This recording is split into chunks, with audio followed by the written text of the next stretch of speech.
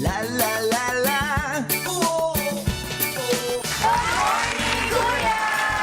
Good morning mga kasambahay. Thursday for today, March 28, 2019. Good morning! Good morning sa inyo! Hello, Ninang and Doc Joseph. Oo, nabanggit mo na rin dahil Thursday ngayon, syempre makakasama natin si Doc Joseph Lee at si Ninang Riza Matibag-Buyot. Pero ladies first ha, tanungin muna natin si Ninang Riza, ano ba ang pag-uusapan natin ngayon, Ninang? Ay, maganda ang topic natin ngayon. Kasi kung kayo ay isang entrepreneur at nangangailangan ng puhunan, pag-uusapan natin ang 10 qualities na ang isang investor ay hinahanap sa isang entrepreneur para siya ay pagkatiwalaan na bigyan ng puhunan. Magandang topic ito, Ninang, ha? Magandang topic yan. Pen entrepreneur. Basta naman. Maaga pa. Nag-load pa tayo, nag-load. Pero syempre po, hindi papahuli ang ating emperor na si Doc Joseph Lee. Dahil meron din po siyang nakahandang topic para po i-discuss mamaya lamang. Doc Joseph, ano ba ang di-discuss mo mamaya? Siyempre, alam natin ang pag-uusapan natin na actually, basic siya pero dapat niyong malaman. Ano ba mga basic tools na i-request nating pag meron tayong urological problem? At syempre, maliban sa usapang pangkalusugan at pinansyal, meron din tayong usapang kasaysayan. Di yan mawawala syempre dahil ipinagdiriwang ngayon ang birthday ng ating Pangulo na si President Rodrigo Roa Duterte. Siya ang bida mamaya sa ating Today in History. Kaya mga kasambahay, tutok lang dahil marami tayong mga pag-uusapan. Pero bago yan, narito muna ang ilan sa mga balitang aabangan nyo ngayong umaga.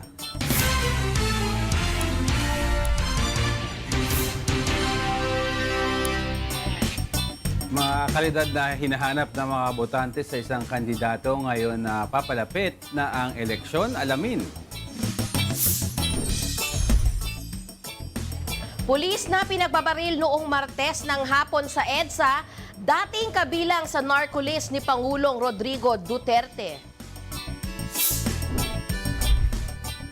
Philippine National Police at Armed Forces of the Philippines naka-full alert status ngayon sa Negros Occidental kasunod ng pagkakadakip kay National Democratic Front Consultant Frank Fernandez at sa mga kasamahan nito. Pangulong Duterte muling ipinaaresto ang suspect sa pagpaslang sa Cebu teenager na si Christine Lee Silawan.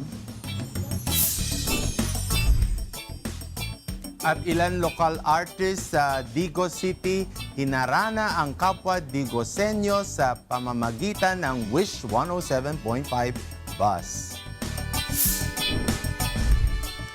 Yan ang mga balita ang aabangan ng ating mga kasambahay. Kaya tutok lamang po kayo sa aming programa. Yan po ang Good Morning Kuya para sa isa namang masaya at makabuluhang umaga.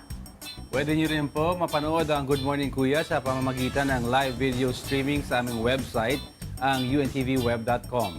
Wait, there's more! Bukod pa sa ating website, pwede nyo rin kaming masubaybayan kahit nasa ang lugar po kayo sa pamamagitan po yan ng aming Facebook Live. Kaya huwag niyo pong kakalimutan na i-like and i-share din po at i-follow ang ating mga official Facebook accounts. Ito po ang UNTV News and Rescue at ang Good Morning Kuya Facebook page. At bago natin simulan ang ating talakayan, narito muna ang ating top stories for today.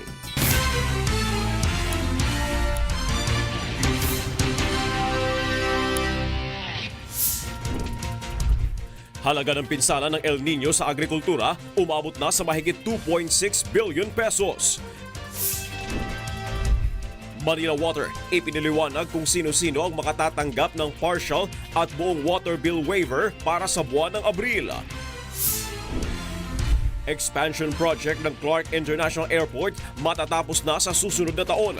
Ikalawang runway sa Clark sisimula ng ipatayo. Konstruksyon ng Cavite segment ng Cavite-Laguna Expressway na magdudugtong sa Cavitex hanggang sa South Luzon Expressway sa Laguna uumpisahan na.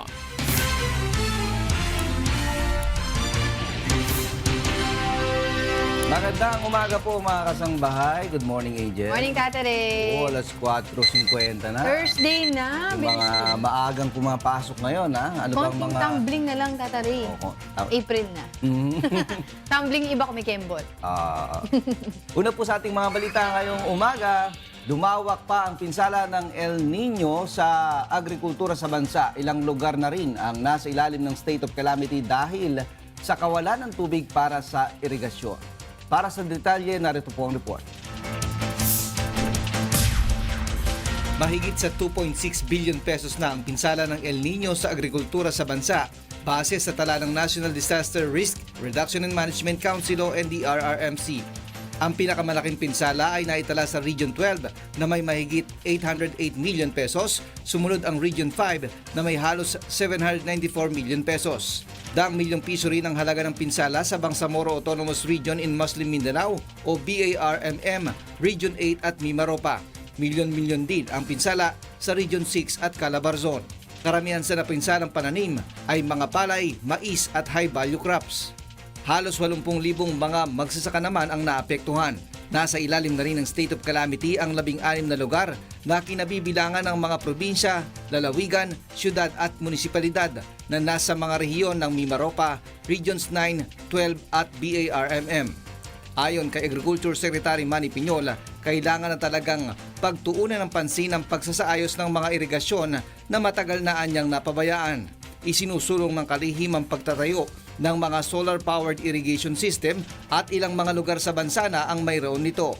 Nag-alok na rin anya ang bansang Israel ng ganitong proyekto na nagkakahalaga ng 44 billion pesos. Kapag hindi natin ginawa yan, every time na mangyari yung El Nino, magbibilang tayo ng damage. Naglaan na rin ang DA ng 18.3 million pesos na pondo para sa cloud seeding operations. Ray Pilayo, UNTV, News and Rescue, Quezon City. Nagsara na ang ilang water refilling station sa Zamboanga City dahil sa krisis sa supply ng tubig na epekto ng tag-init. Alamin po natin ang iba pang detalye mula kay Dante Amento. Kalahating araw na lamang kung magbukas ng kanyang water refilling station si Jovi.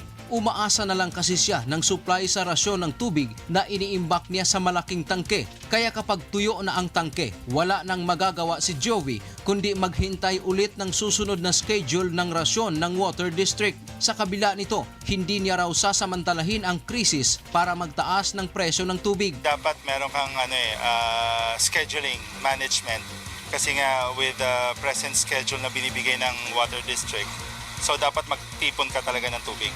Magkaroon ka ng maraming storage para pagdating ng time na walang water, meron kang madidispose.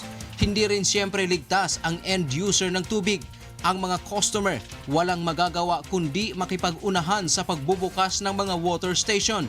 At kapag hindi sinuwerte gaya ni Loloy, ang sa mineral water, sirado lahat. Wala bang tubig. Ilang galon yan sa'yo? Apat na yung balik-balik ko. Apat na ganun balik. Hindi, sa akong mga igagaw, mga suod ako.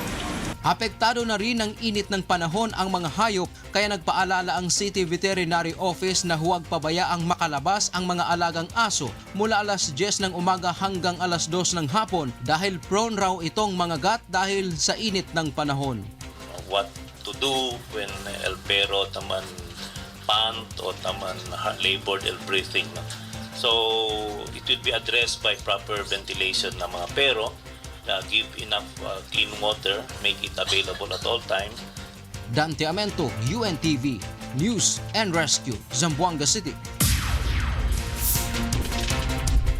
Ipiniliwanag naman po ng Manila Water kung sino-sino ang makakatanggap ng partial at buong water bill waiver na magre-reflect sa buwan ng Abril. Kaugnay ito ng water service interruption na patuloy na nararanasan ng mga customer.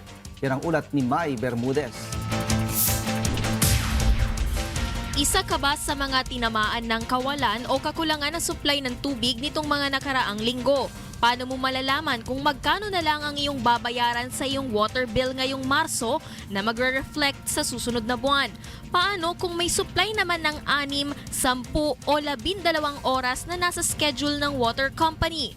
Sa ngayon ay 77% ng mga customer ng Manila Water ang may supply ng 8 hanggang 12 oras kada araw. Ang nalalabing 3% ay ang mga lokasyong nasa matataas na lugar at kadalas ay mababa sa 8 oras ang itinatagal ng supply, kabilang na ang ilang mga lugar sa Rizal, ilang parte ng Mandaluyong, Taguig at Quezon City. Isa sa mga interesadong malaman kung magkano na lang ang kanyang babayaran si Aling Carmen, na taga-barangay Pook Palaris na nasa compound ng University of the Philippines o UP. Aniya sa kanilang lugar, 8 oras lamang may serbisyo ng tubig kada araw. Dapat talaga, huwag muna nila kami sinili sa tubig. Talagang ang mahal. Kasi alam niya naman po, pag hindi nakapagbayad, tapos pag babayaran, mayroon naman po siyang, di ba, mayroon po siyang bayaran na penalty. Mahal 500 po yun. Ganito rin ang sentimiento ni Lola Lisa dahil kailangan niya pang pumila kahit matanda na siya at buntis pa ang manugang na kasama niya sa bahay. Meron yung nung araw na, 2 araw ba yun, Ann? Nawala talaga. Ang ginagamit namin, nag-order kami ng mineral water, yun ang ginagamit kong pangluto kasi nga nagtitinda ako ng pagkain. Sa barangay Pasong Tamo na naabala rin ng krisis, di pa rin kontento si Ronald dahil mas gusto niya umano ng normal na supply kaysa mabawasan ang kanyang babayaran. Ang masasabi ko lang sa Manila Water, kailangan yung supply ng tubig, huwag naman bitinin. Ganon yun. Ayon sa Manila Water, iwi-waive na nila ang minimum charge na katumbas ng 10 cubic meters para sa lahat ng kanilang customer o mga sineserbisyuhan sa East Zone. So lahat ng customers, kahit apektado ka, hindi ka apektado, moderately affected ka, severely affected, all customers ng Manila Water will receive that waiving of the 10 cubic meters na minimum charge. Asahan na umano ang bawas na 139 pesos sa susunod na monthly water bill na katumbas ng kanilang minimum charge. Pero paano naman kung sumobra sa 10 cubic meters ang konsumo ngayong buwan? For example, ang bill mo, kunyari, is 260 pesos kasi you consume more than 10 cubic meters. Ililess mo yung amount na commensurate to 10 cubic meters na 139. So yung 260 less 139, then you still pay about 121 pesos. Pero paano naman kung nakaranas ng 24 oras na walang serbisyo ng tubig sa loob ng 1 linggo o higit pa sa inyong lugar? There were several barangays in Mandaluyong that went waterless for more than a week, for 7 days or more. Ito yung mga communities na totally yung March bill nila will be waived. As in zero, they have nothing to pay for the March bill. So it's a full waiver of their March bill. Para naman sa mga customer na naabutan ng supply ng tubig ng 6 hanggang 12 oras, ayon sa Manila Water, partial waiver at may halaga pa rin kailangang bayaran sa mga bill. You are not qualified for the waiver, yung full waiver ng March bill, pero pasok ka dun sa 10 cubic meters. Sa kanilang pagtataya ay nasa higit 4,000 households pa ang pahirapan at di tumatagal ng 8 oras ang supply. Sa ngayon ay ginagawa na daw ng paraan ng Manila Water para di na mahirapan si Juan sa dinaranas na krisis sa tubig, gaya ng pag-i-install ng static water tanks sa mga pinaka-naapektuhang mga lugar. May Bermudez, UNTV News and Rescue, Quezon City. Matatapos na sa susunod na taon ng konstruksyon ng Clark International Airport Expansion Project sa Pampanga.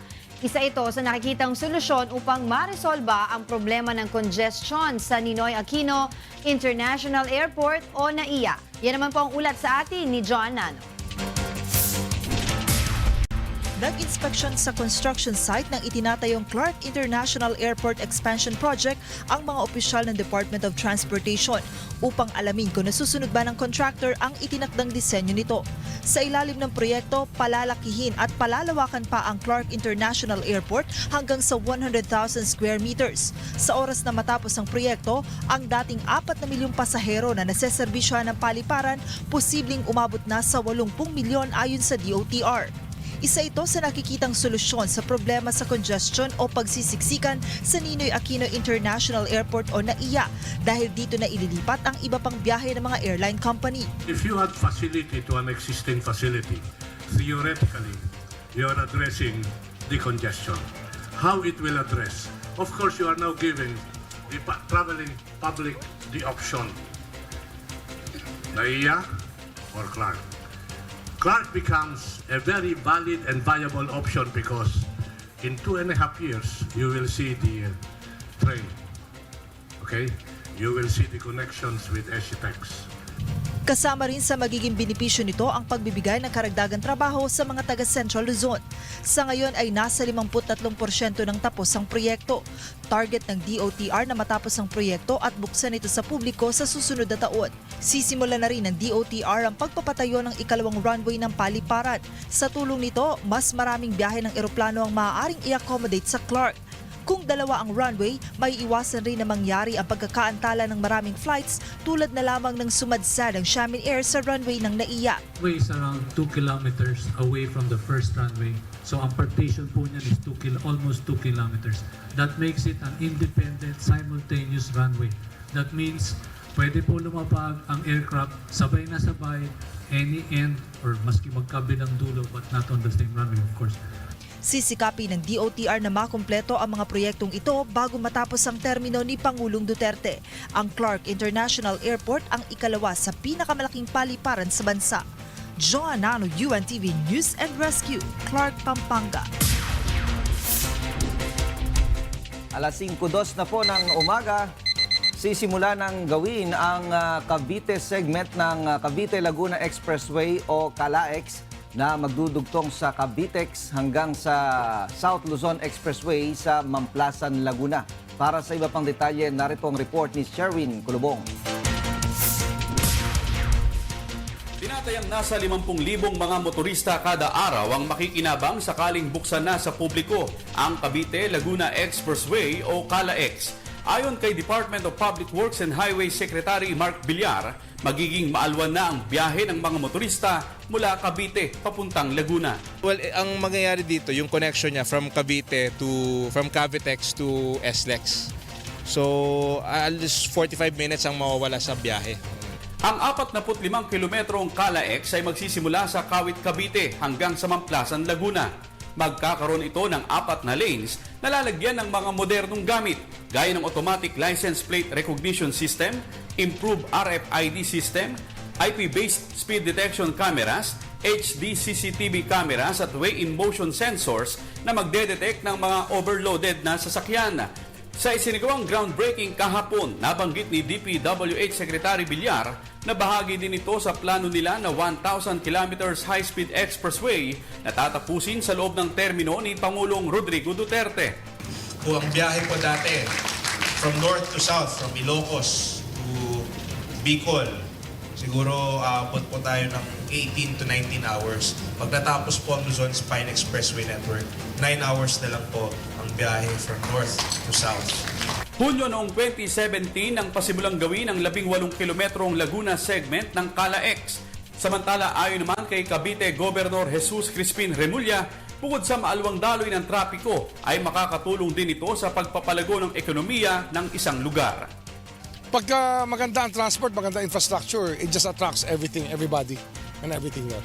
Yeah. It follows that the commercial areas will come in also. Tinatayang nasa 12 bilyong piso ang magagasto sa naturang expressway at inaasahan na sa taong 2022 ay magagamit na ito ng mga motorista. Sherwin Kulubong, UNTV News and Rescue.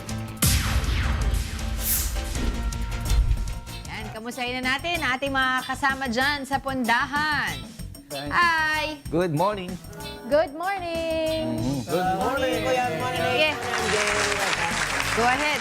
Okay, thank you. Ngayon na papalapit na ang eleksyon, ano nga ba ang mga kalidad na hinahanap ng mga botante sa isang kandidato? Ano naman kaya ang sagot dito ng mga senatorial candidate? Tingnan natin ang ulat ni Grace Cassie. Kanya-kanyang pakitang gila sa mga kandidato sa bawat lugar na kanilang pinupuntahan para mangampanya. Pero papatok kaya ito sa mga botante? Sa survey na isinagawa ng Social Weather Station, 25% sa mahigit 1,000 botante na kanilang tinanong sa buong bansa ang ayaw sa mga kurap na kandidato. Saan yung galing mga pera yan? Galing sa mahirap. Mayaman na sila, masobra sila mayaman. Yung mahirap, patay na. Ay, walang kwenta yan. Talaga, mga senador nakaupo sa gobyerno, nakurap kasi kawawa mga mahirap. Yung mga perang na dapat na gamitin sa tamang gamitan, mailalapat sa tamang proyekto ng bansa. Siyempre para unlad ang ating bansa, para hindi maging uli sa iba't ibang bansa. Dahil di ba sila ang gumagawa ng batas, dapat ang isipin nila ay hindi lang ang makabubuti sa kanila, kundi sa lahat. Sir, hindi po dapat kurap yung mga mahahalal po dun sa senador, sir. Kasi po yun yung pera ng taong bayan na dapat mapapaikot para may payangat yung Pilipinas po. Ano naman kaya ang masasabi dito ng mga kandidato? So it's very, very important talaga na yung corruption should be a non-issue, should really be a given. Pagtanungin mo siguro halos lahat po ng Pilipino talagang makikita nila na ayaw nila na yung corrupt talaga dahil nakikita nila yung pwedeng igasto sa classroom, sa ospital, inapupunta sa bulsa ng mga corrupt na opisyal. So, kung titignan nyo naman yung mga nagawa na namin, I think yun yung window doon sa aming gagawin. Honesty ay important requirement para ikaw ay tumakbo sa kahit anumang posisyon.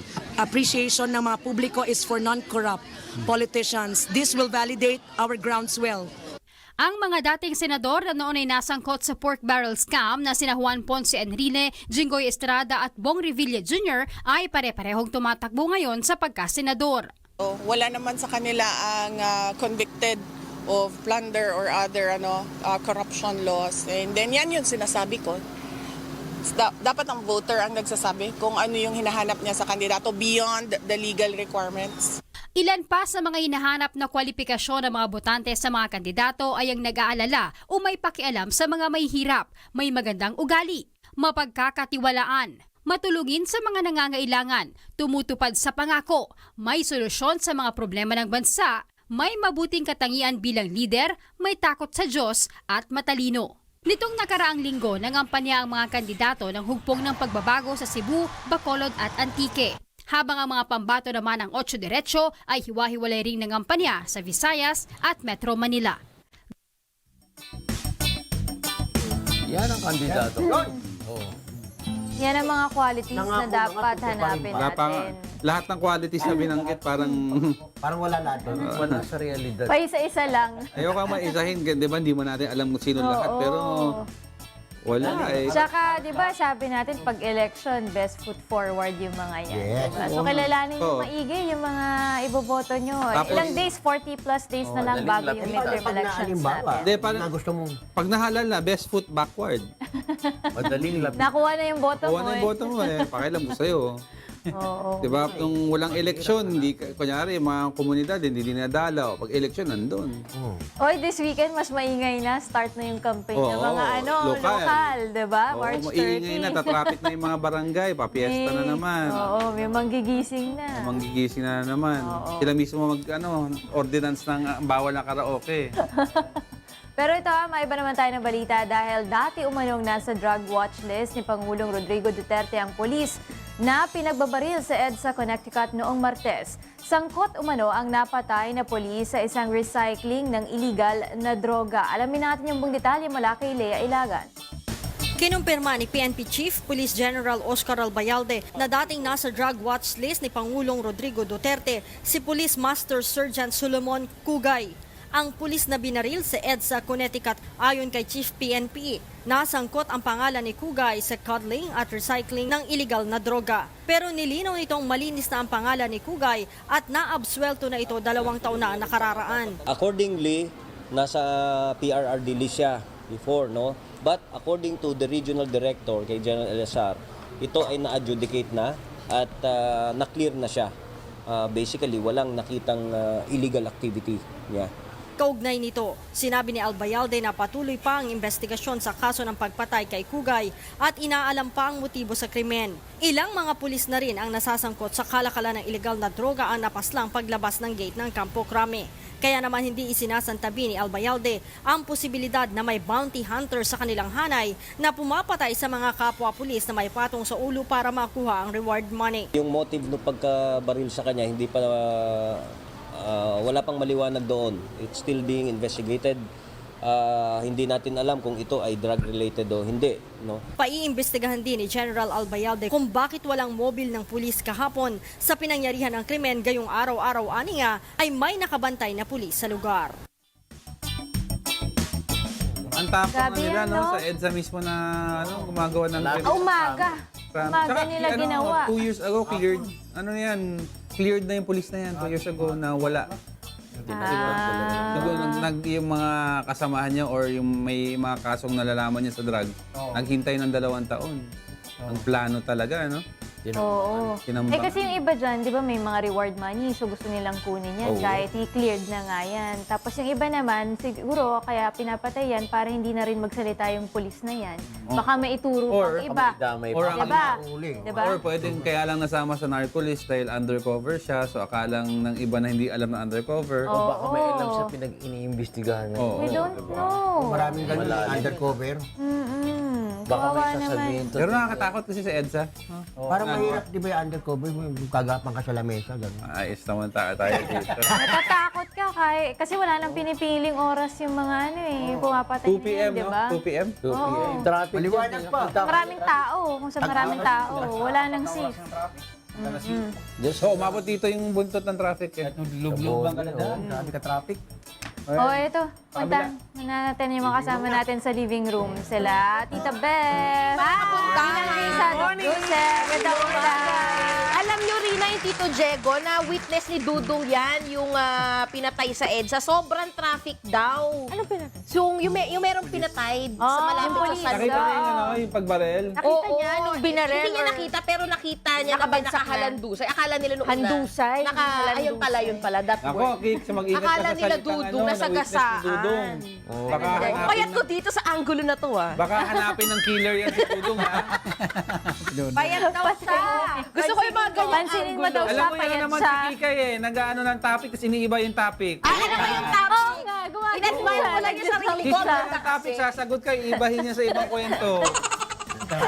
Short attention. Pero I know what you're saying, Tito Pwede ka Diego. magpolitika.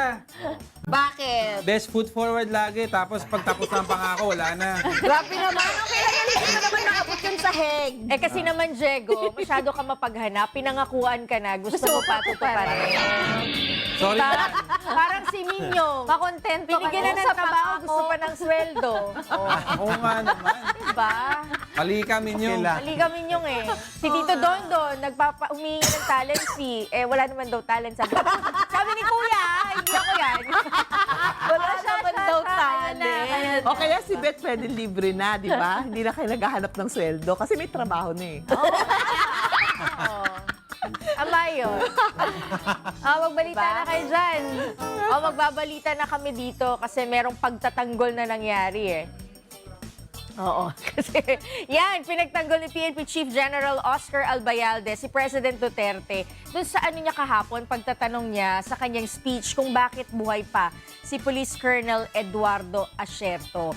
Sabi niya, PNP Chief Albayalde, galit lang yan, galit lang ang Pangulo kaya nasabi niya yon. Alamin natin ang details kay Leia Ilagan. Nitong linggo ng gabi, isiniwalat ni dating Police Colonel Eduardo Asierto ang umano'y ugnayan ng dating economic advisor ng Pangulo na si Michael Yang at business partner nito na si Alan Lim sa kalakalan ng iligal na droga sa bansa. Partikular sa pagkakaugnay ng mga ito sa Johnson's Chua Drug Trafficking Syndicate. Kaya naman ang Pangulo hindi maitago ang galit kay Asierto. Si Asierto pati si Pardo, they were the ones who killed that Korean.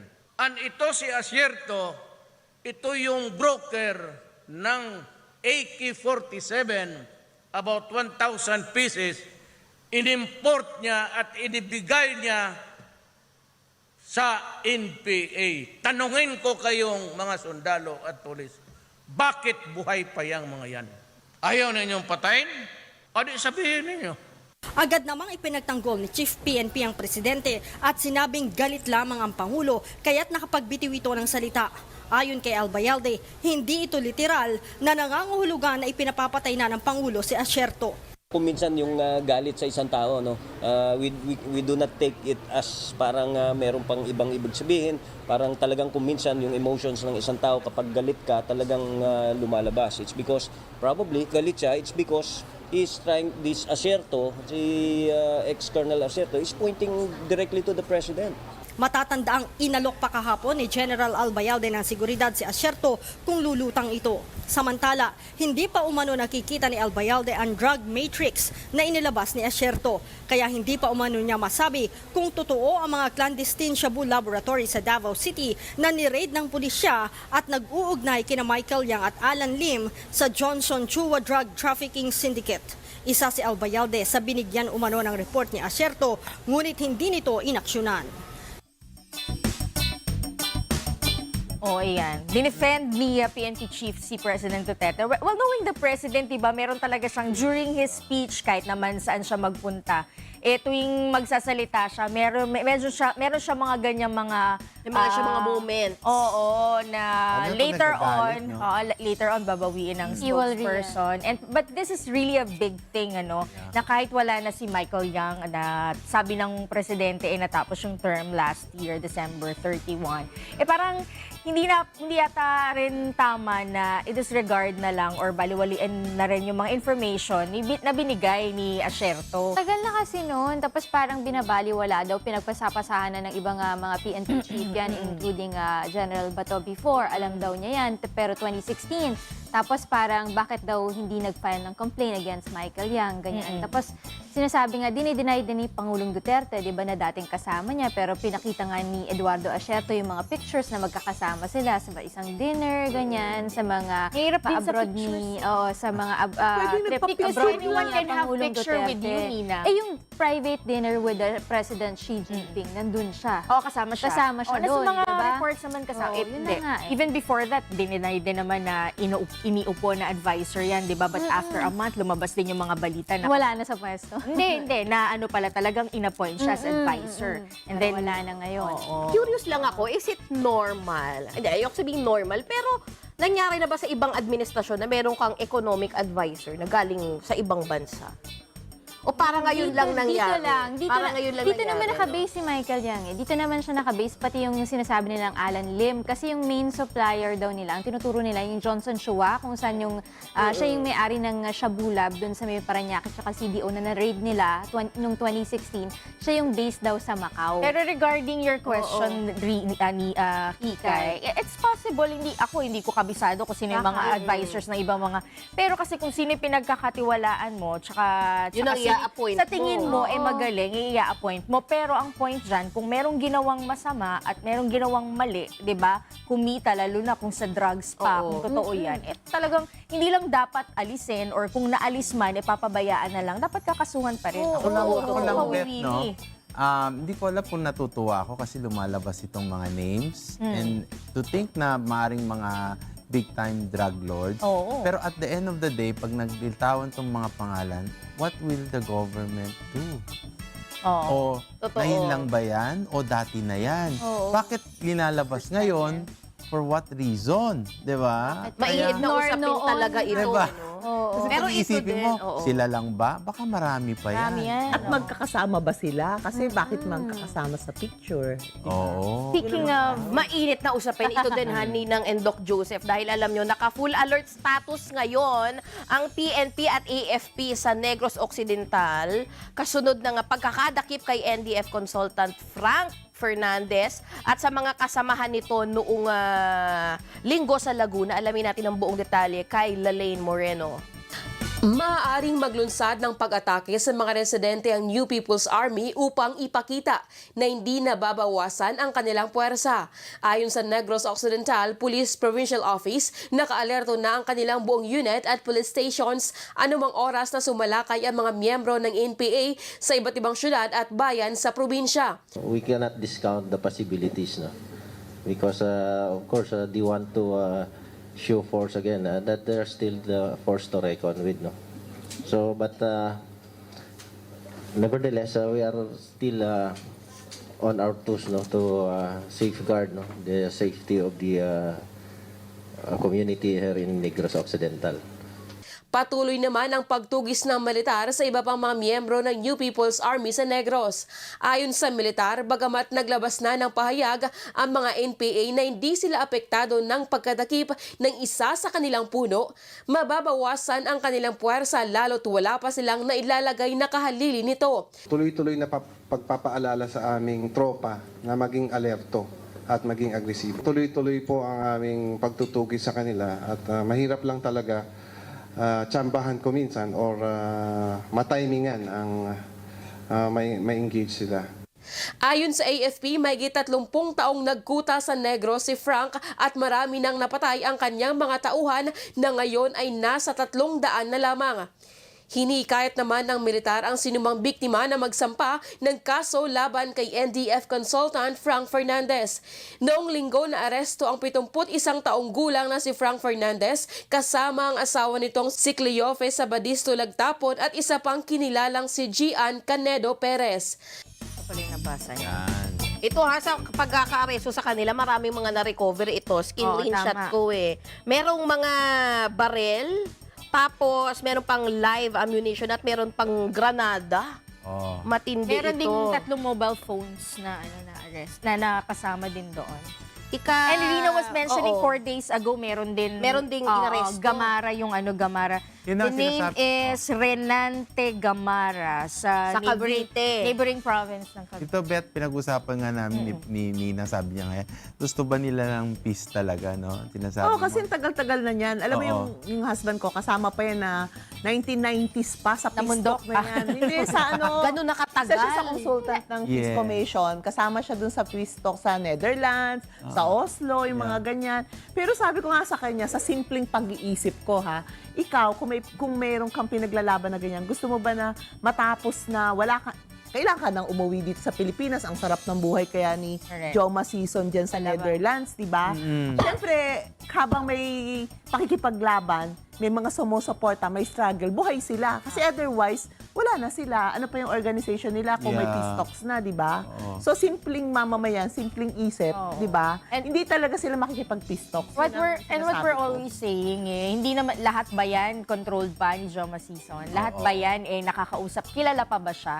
'Di ba? O kanya-kanyang grupo na rin yan na nag-iisip na rin ng kanya-kanya. Lalo Diba? na pag may mga bagong groups, no? Oo. At saka ang interest hindi lang naman iisa Maraming mga interest na bawat grupo may sari-sariling interest. Kaya Diba? nga eh. At ang madami dyan, bakit pa sila nakikipaglaban? Di ba ang dami-dami na kasama na sa Kongreso? Di ba alam naman natin kung ano yung mga organization? Merong at one time, 7 ang congressman nila nung grupo ng mga yan, hindi ba?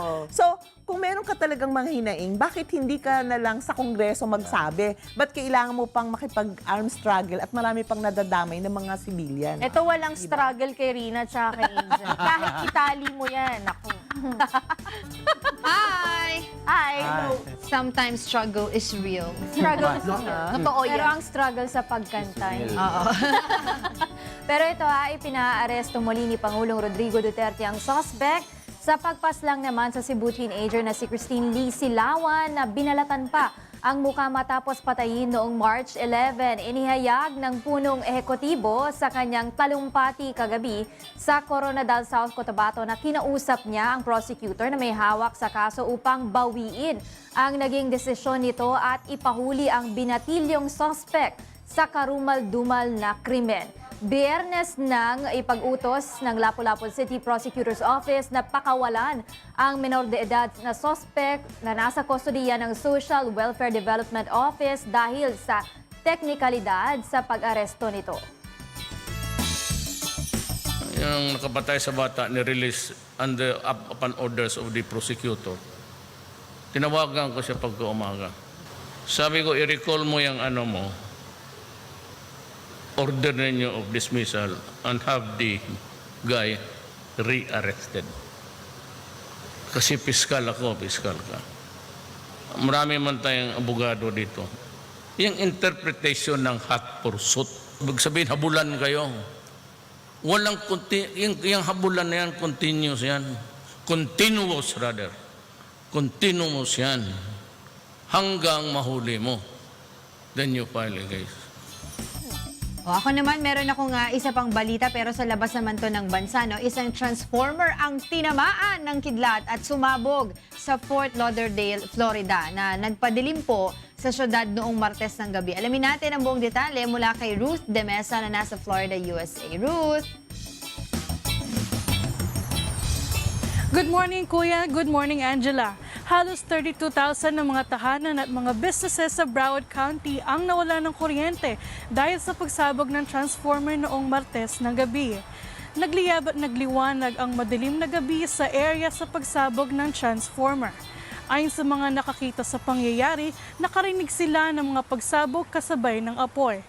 Ayon sa spokesman ng NextEra Energy, Chris McGrath, nasa mga blackout sites na ang kanilang mga crew upang ibalik ang kuryente safely at as quickly as possible. Wala namang naitala na injuries sa nasabing pagkasabog. Angela, under investigation pa rin kung ano ang sanhi ng pagliyab ng transformer.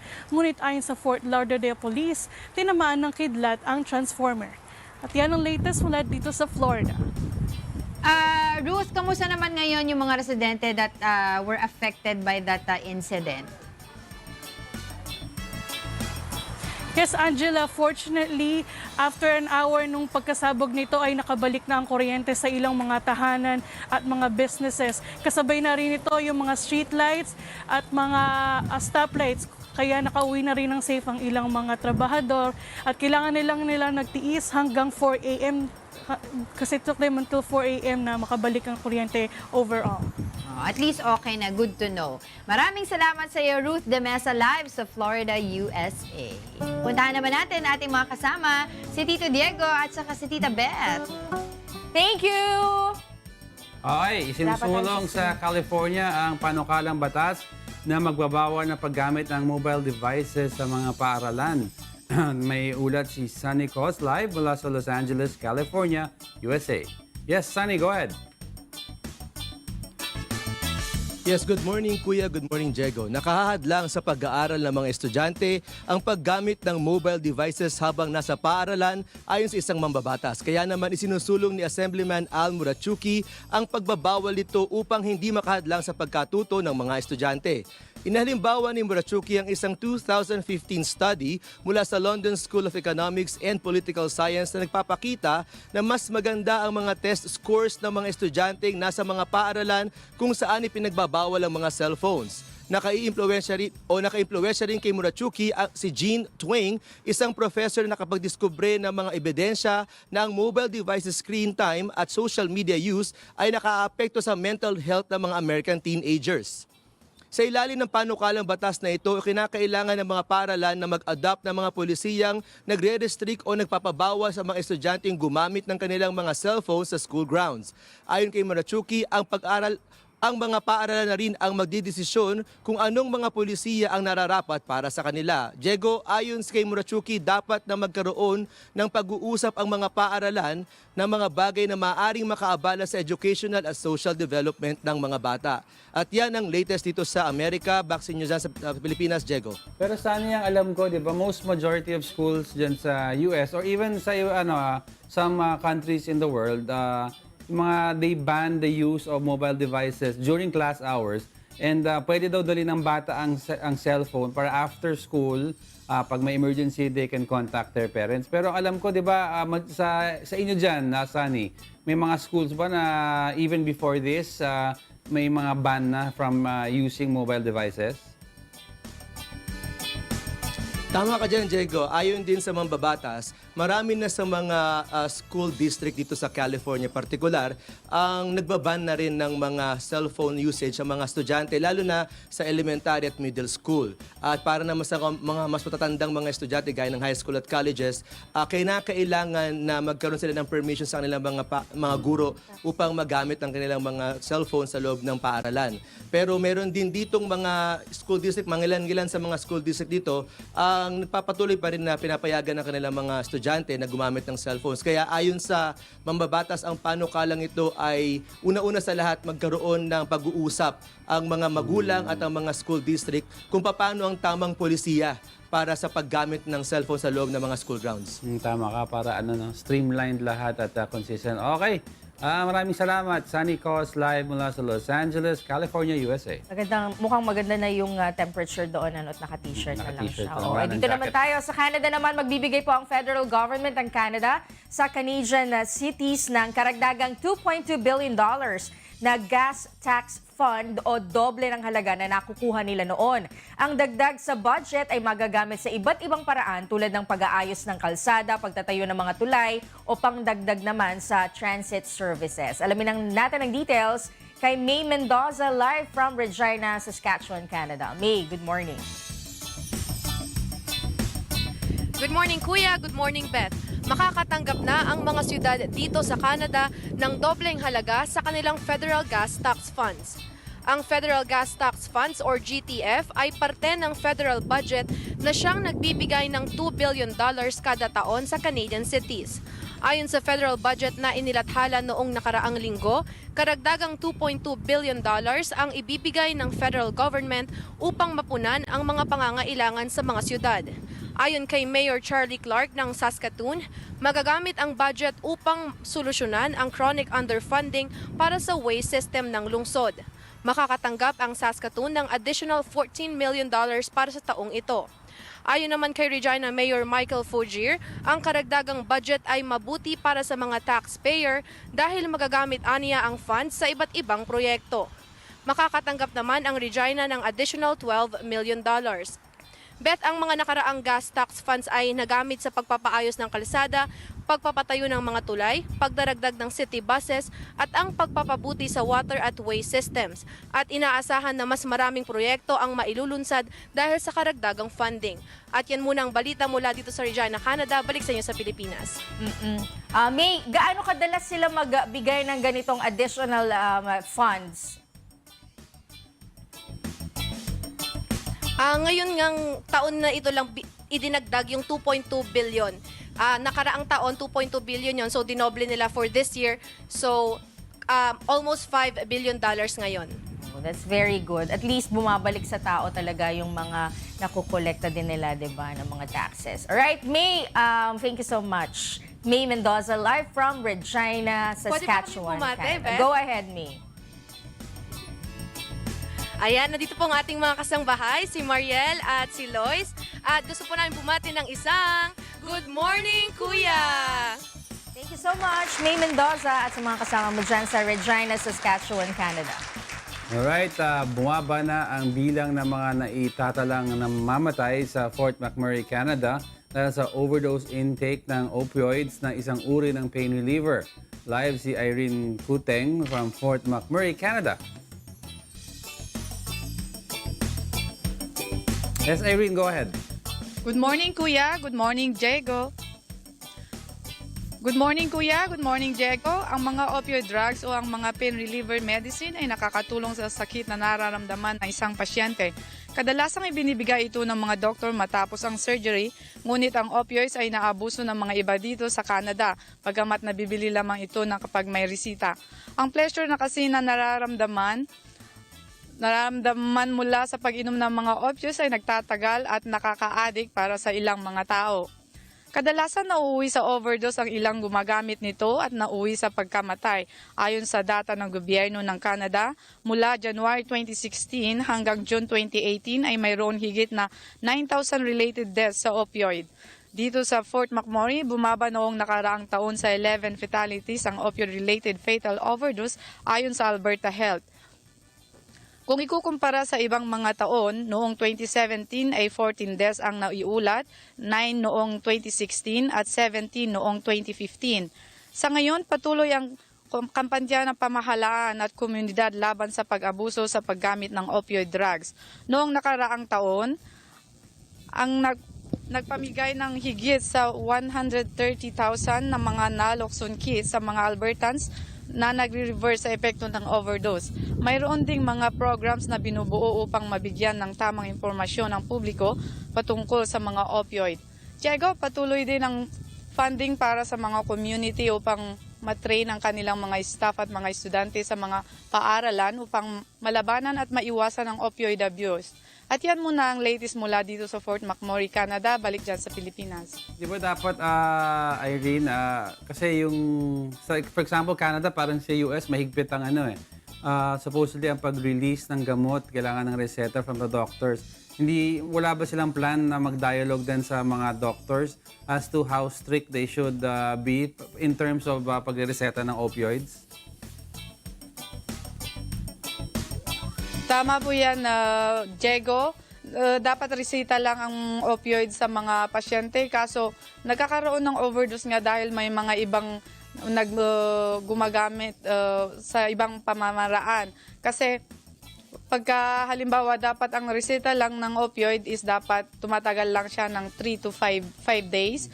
Pero yung mga iba dahil nga sa nakaka-addict ito, tinitake nila sa ibang paraan paano gamitin yung opioid. So, nagkakaroon ng mga reason na ganito. Siguro black market. Sige, maraming salamat Irene Kuting live from Fort McMurray, Canada. Balikan natin yung ating mga kasama sa bahay ni Kuya, sila Ninang.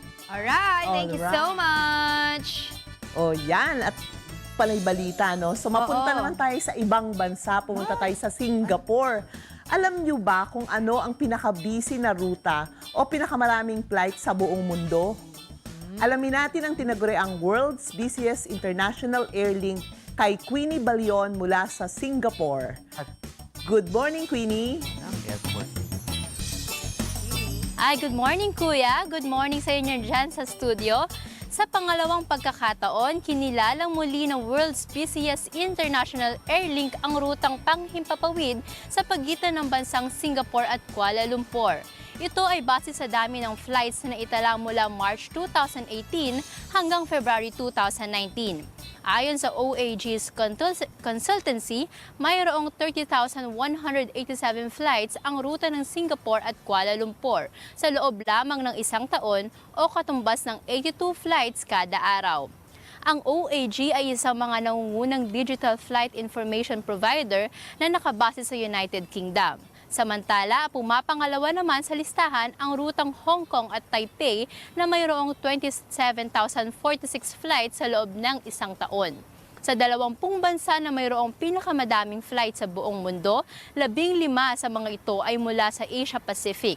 Ayon kay Mr. Mayer Patel, ang Regional Sales Director ng ahensya, ito ay nangangahulugan lamang ng patuloy ng paglago ng turismo sa Asia Pacific at ng mga karatig bansa nito. At yan muna ang latest mula rito sa Singapore. Back to you. Hello, Queenie.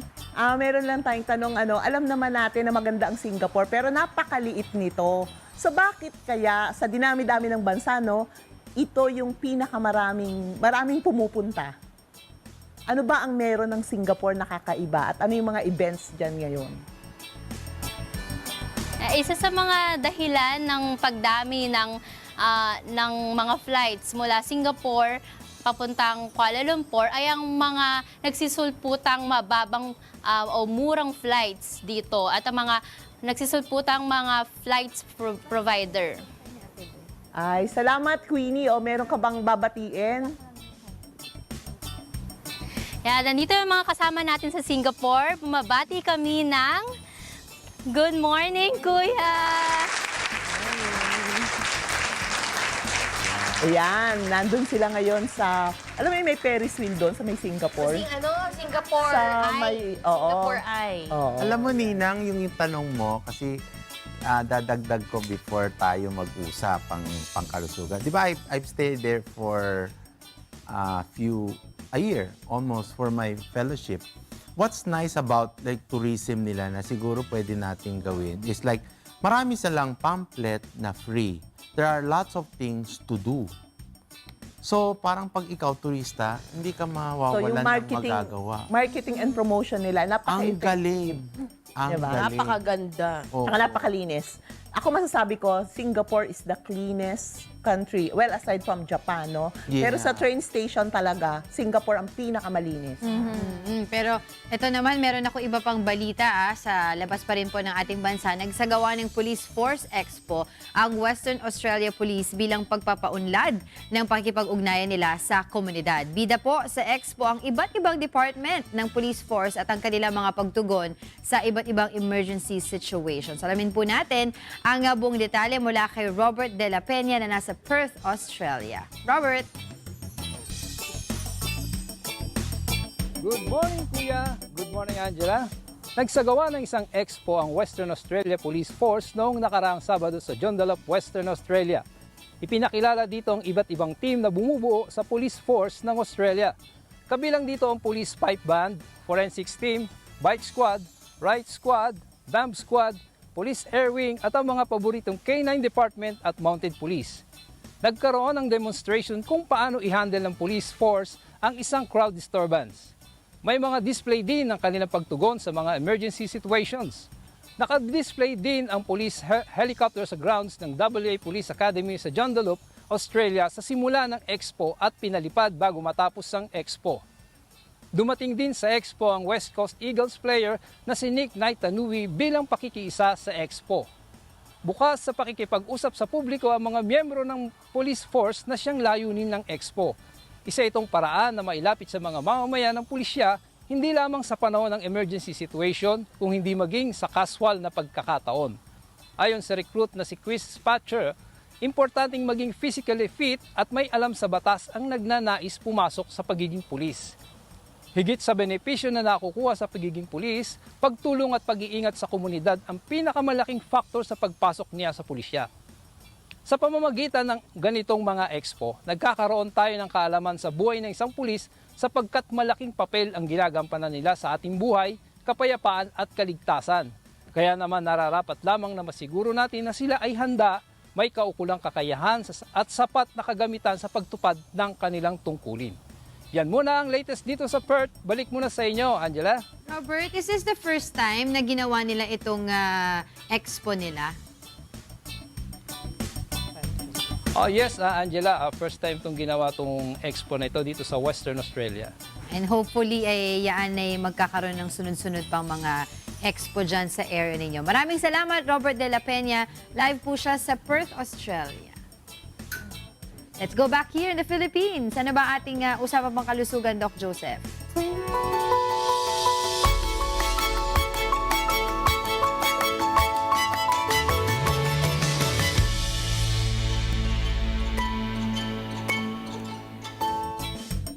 Yan. Back to the Philippines. Pwede ka palang director eh, no? Di ba? Tama. Pwede na. Tama. Okay na. Okay Since na. back to the Take two. basic tayo. Back to basic. Alam mo, dapat lagi sa atin yung mga basic inaalam natin. Anong basic? Basic sa pag-request or alamin natin kung anong re-request ng ating mga doktor, di ba? Yan ang importante. Lagi kong sinasabi rin sa mga residente ko, sa mga estudyante ko, when you request something when you admit patients and you request your request, kailangan tama. Kasi Yes. when you magre-react si Ninang. Diba? Padali. Alam ko, magre-react ka. Kasi when you over-request, at the end of the day, minsan kasi sasabihin ng pasyente 3 araw, di ba? Siguro na-explain, Dok, ang tagal ko na sa hospital. Di pa Ano ba alam. ang sakit Correct. ko? Ano sasabihin mo? correct. Malay ko, hindi ko alam. Hindi pa tapos ang request ko. So by the end of the day, sa kaka-request mo ng mga ng test, ubus na ang Pera. yung pera ng for hospitalization ng Correct. pasyente. Wala pa doon ang PF ng doktor. Hindi pa alam ano yung sakit. Hindi pa alam. Exactly. Sakit. So, ang ano natin kasi, what are the things that are basic to us na dapat importante, di ba? Sige. Okay. Pag urological diseases, kasi unang-una kasi, pinaka-basic, urinalysis, di ba?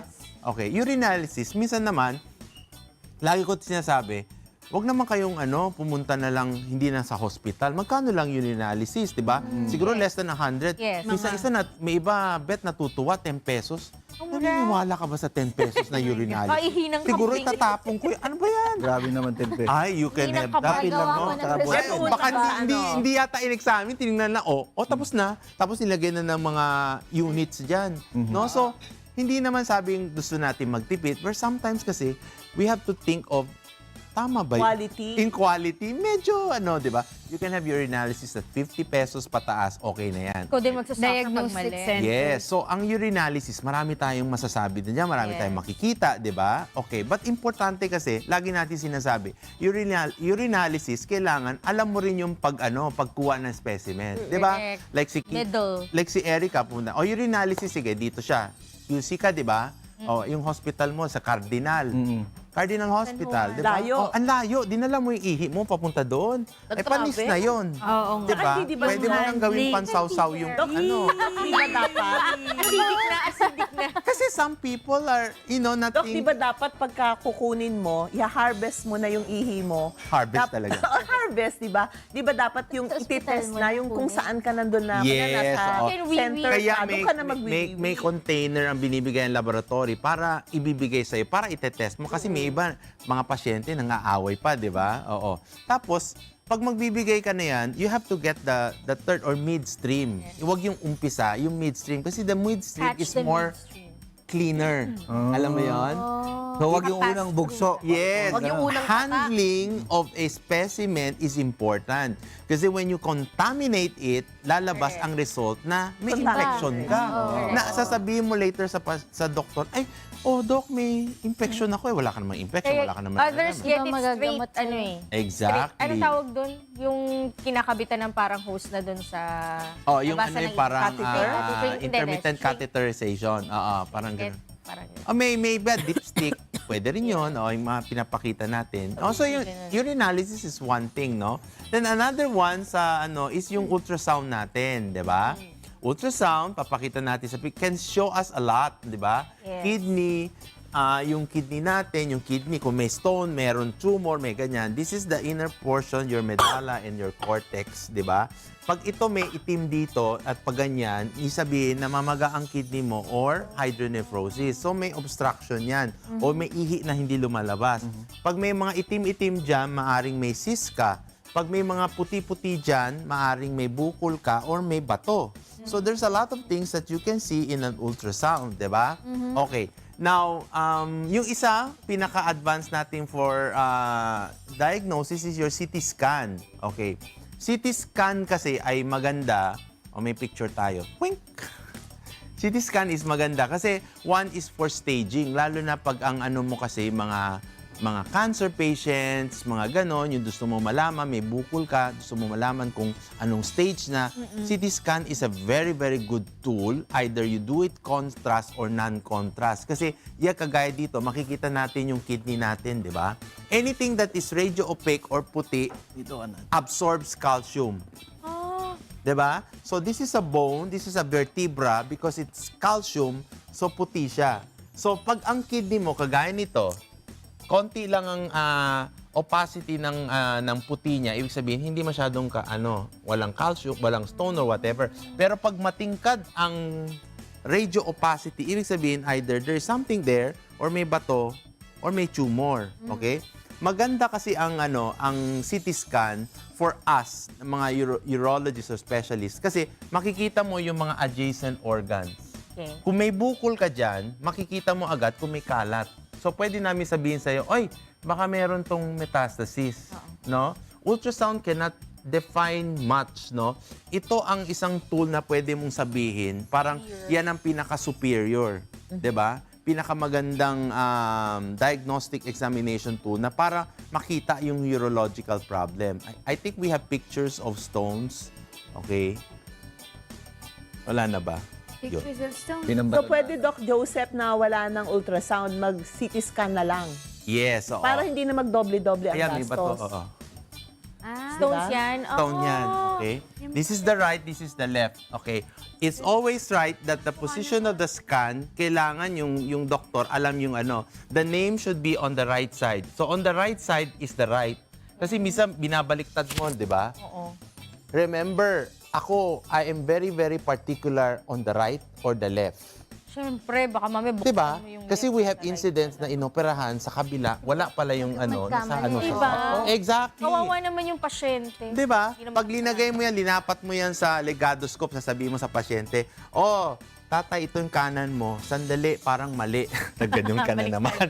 Diba? So on the label, the right side is where you have the name. Pangalan mo, Juan de la Cruz, this is the right side. Ha? Turo ko sa inyo yan. Ha? So pag yung doktor mo, pinakita sa inyo ganyan, ay, doktor, parang mali yata, binabaliktad mo. Inuruan yun. Unang, pag di siya familiar, sasabihin niya, mali, babaliktad. Ay, ewan ko sa'yo. Wala ko ba nakalagay? Diba? So ang kanan, so I'm standing here, so it is always the right, no? So this is the right and this is the left. Pag nag-exam kami, binabaliktad. Baliktad ka, Doc Joseph. Di ba left yan? This one. This is the right. Pag andito ang pangalan, dito yung right. Okay? So right. Ito, buto yan, ha? Buto. Now, CT scan is maganda kasi it's segmental. Maraming slices yan. Kaya pa, di ba pagpasok mo na i-CT scan ka, pinapasok ka parang isang machine. So, ini-slice ngayon yung organ mo. No? Para makikita mo yung mga hindi mo nakikita. Okay?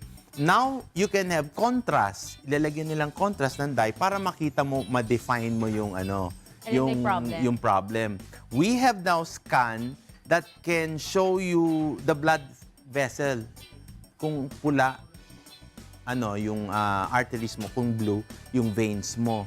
Meron na rin pinapakitang ganyan, no? Our diagnostic modality tools are very, very high advanced. So makikita mo na ngayon, even yung ugat, yung mga tumor, mga bukol, makikita mo. Kagaya nito, left kidney, nakita mo maitim, di ba? Namamaga yan, this is dilated. O ibig sabihin, may naiipon na ihi dyan. So when I look at it, sasabihin mo, Doc, ba't ganyan? So parang may, at the ureter, sa baba niyan, parang baka may nagbabara. Okay? Ayan. Kasi normally, it should be like this. Di ba? So, tingnan mo. And yung adjacent organs, makikita mo agad. This is kidneys pala. Yan. Okay? Atrophic, maliit, Parang nag-shrink. So, ang maganda yan sa diagnosis, yun lang naman ang mga tools namin. Okay. Now, in some institution, lagi ko sinasabi sa mga doctors ko, kung walang ultrasound sa probinsya, ay walang CT scan, wag ultrasound meron, okay na yon as a tool, no? Misa kasi pinipilit pa eh. And pag wala doon, pumunta kayo ng Manila, mag-CT scan kayo. Of course, there is a price for CT scan, di ba? May price yan. The higher the diagnostic tool na gusto mo, mahal. Mas mahal. Magkano yan, And Doc? it varies with the institution. Oo. Correct. Kung gusto mo dun sa hospital sa BGC, alam mo na, Siyempre, mas mahal. mahal Times 2. Diba? Pag gusto mo medyo iba rin ang price. Oo. Nasa sayo yan, diba? May iba-iba bang klase ng CT scan? Or isa lang yan? Ang Kunyari, may ibang scan, machine, ganyan. ang scan kasi is depende sa sa slices. Okay? When you go to the hospital, sabi mo, o kung gusto mo to be specific, ano ba ang ng scan mo? How many slices can it give?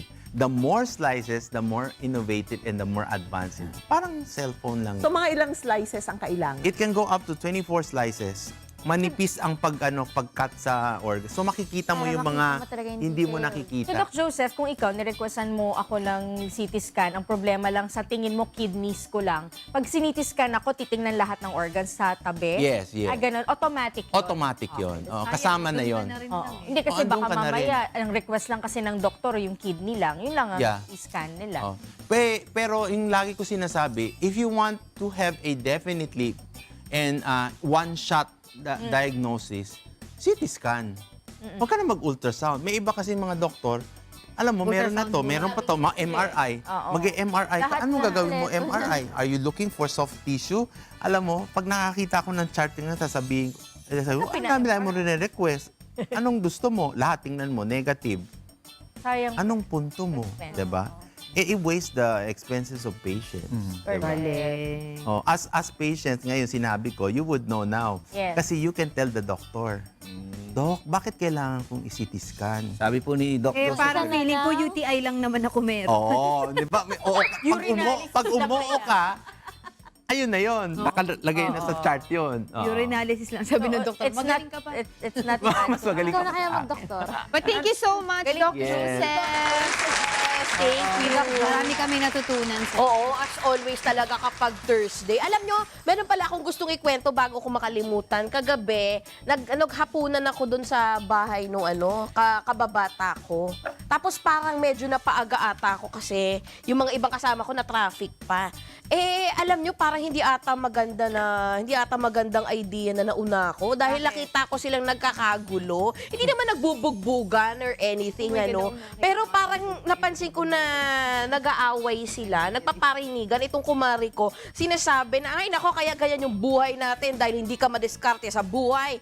Nako, pati ba naman yung mga matrikula daw ng mga anak nila, hindi nila alam kung saan kukunin. Tapos itong nagreklamo naman si kumpare na hello, may naibibigay naman ako, hindi lang talaga sapat, pero mabuti nga may naibibigay ako.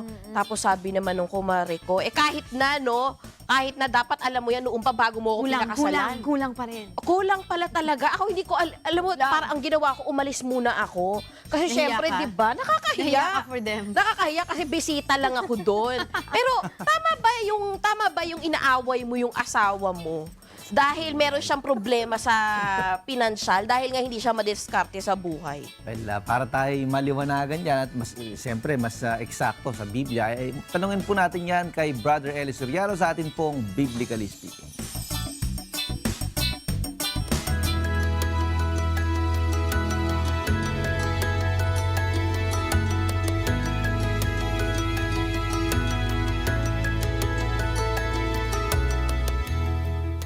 Kung mahal mo ang asawa mo, kaya may diskarte kaya wala, hindi mo siya dapat awayin. Na parang ina-under mo. Hindi ganun ang mag-asawa. Pagka walang diskarte ang asawa, hindi dapat na mabawasan na yung pagmamahal mo, lalabas doon. Kaya mo lang mahal ang asawa mo pag may diskarte, pag may pera. Pag wala ng pera, parang yun yung kanta ng lola ko. Sabi ng lola ko nung araw, o giliw ko, mahal kita, habang ikaw ay mayroong pera, at kung sakaling maubos na, iiwanan kitang nag-iisa. Yan ang kanta ng lola ko yun. Hindi ganun ang mag-asawa, na kaya mo lang mahal pagka may diskarte o may pera. Pag wala, sisigaw-sigawan mo na. Mali yun sa mag-asawang Kristiyano.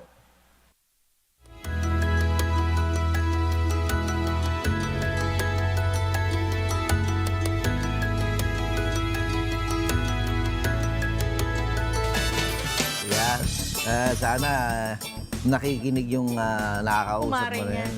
Para lalabas no honey, no money. No money, no money. Kasi unang-una kasi yan, dapat battery, bago mo palang pakasalan, diba? Tingnan mo na kung ano mga ayaw mo. Kung alam mo naman na medyo irresponsable, ba't mo papapakasalan? Ngayon, pag asawa mo na, wala ka na magagawa. Kailangan panindigan mo na yung pagiging mag-asawa nyo, di ba? Yun naman kasing kausap ni Kikay, mukhang gumagawa naman yung lalaki, di ba? Kaya lang hindi lang sapat. So much better na tulungan Paano ng kapag hindi babae. gumagawa? Parang batugan. Ibang usapan na ba yun? Ay, At saka pag ganyan, di ba, you live by your means, di ba? Kung ito lang yung kinikita nyo, kasi kung hindi mo naman kayang tulungan yung asawa mo na magtrabaho ka rin, kung hindi talaga posible yan dahil mag-aalaga ka ng bata, di kung ano lang meron kayo, pagkasya inyo. Hindi yung pag-aawayan yun. At saka there are ways na halimbawa, nandung sa kalagayan ng ganun yung asawa mo, there are ways na pwede mo siyang mahikayat para magawa naman niya yung tungkulin niyan.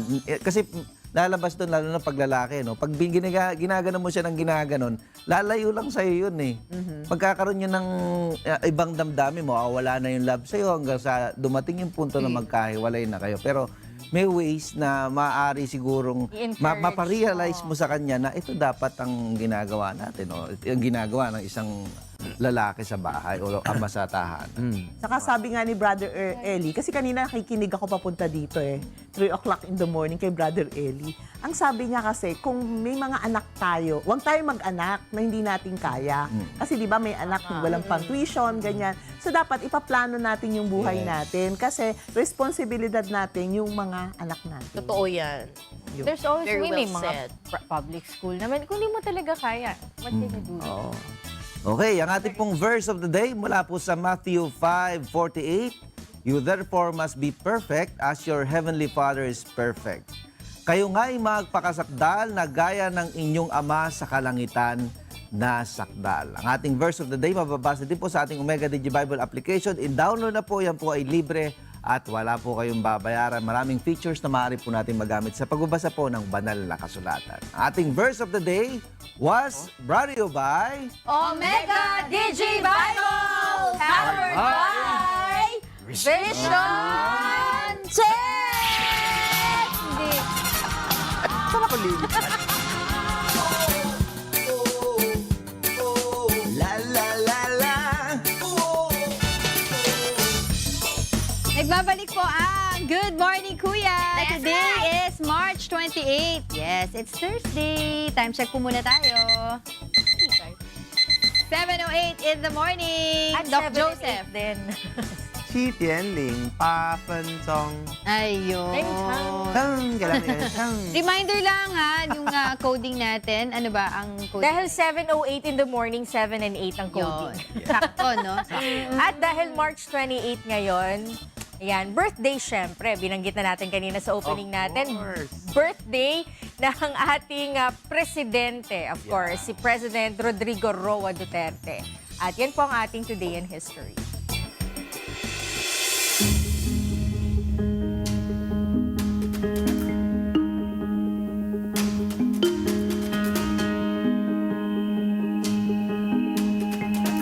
March 28, 1945, isinilang ang ika-16 at ang kasalukuyang presidente ng Republika ng Pilipinas, si Pangulong Rodrigo Roa Duterte sa Maasin, Leyte. Kilala siya sa tawag na Rodi o Digong. Nagtapos si Pangulong Duterte sa kursong Political Science sa Lyceum of the Philippines at muling nag-aral at nagtapos ng abogasya sa San Beda College of Law taong 1972. Una siyang naging abogado at prosecutor bago nanilbihan bilang alkalde ng lungsod ng Davao sa loob ng 7 termino o mahigit 22 taon. Bukod pa rito ay nanilbihan din siya bilang vice-alkalde at kongresista ng nasabing lungsod. Noong May 30, 2016, inihalal si Rodrigo Duterte bilang President-elect ng Pilipinas matapos nitong manalo sa opisyal na bilangan ng mga boto ng Kongreso ng Pilipinas noong May 27, 2016 na may 16,601,997 na boto o 39% ng kabuuang boto. Isinagawa ang inaugurasyon ni Pangulong Duterte noong June 30, 2016 sa Rizal Ceremonial Hall ng Malacanang. Siya ay itinuturing na pinakamatandang pangulo na naluklok bilang leader ng bansa sa edad na 71.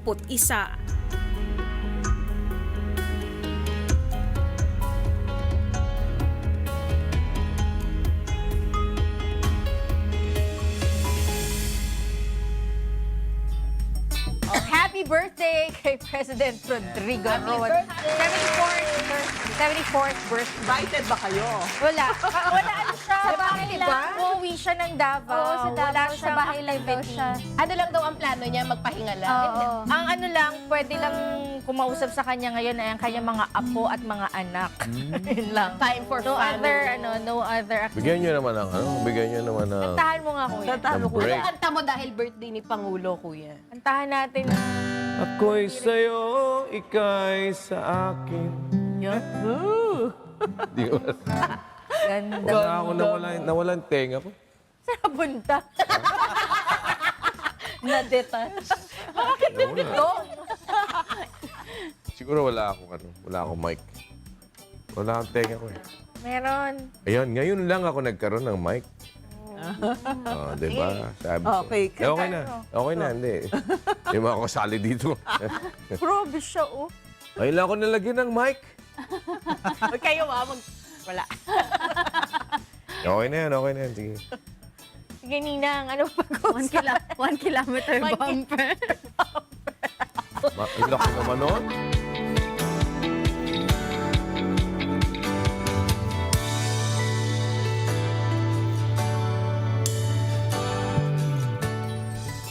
Good morning, Nina!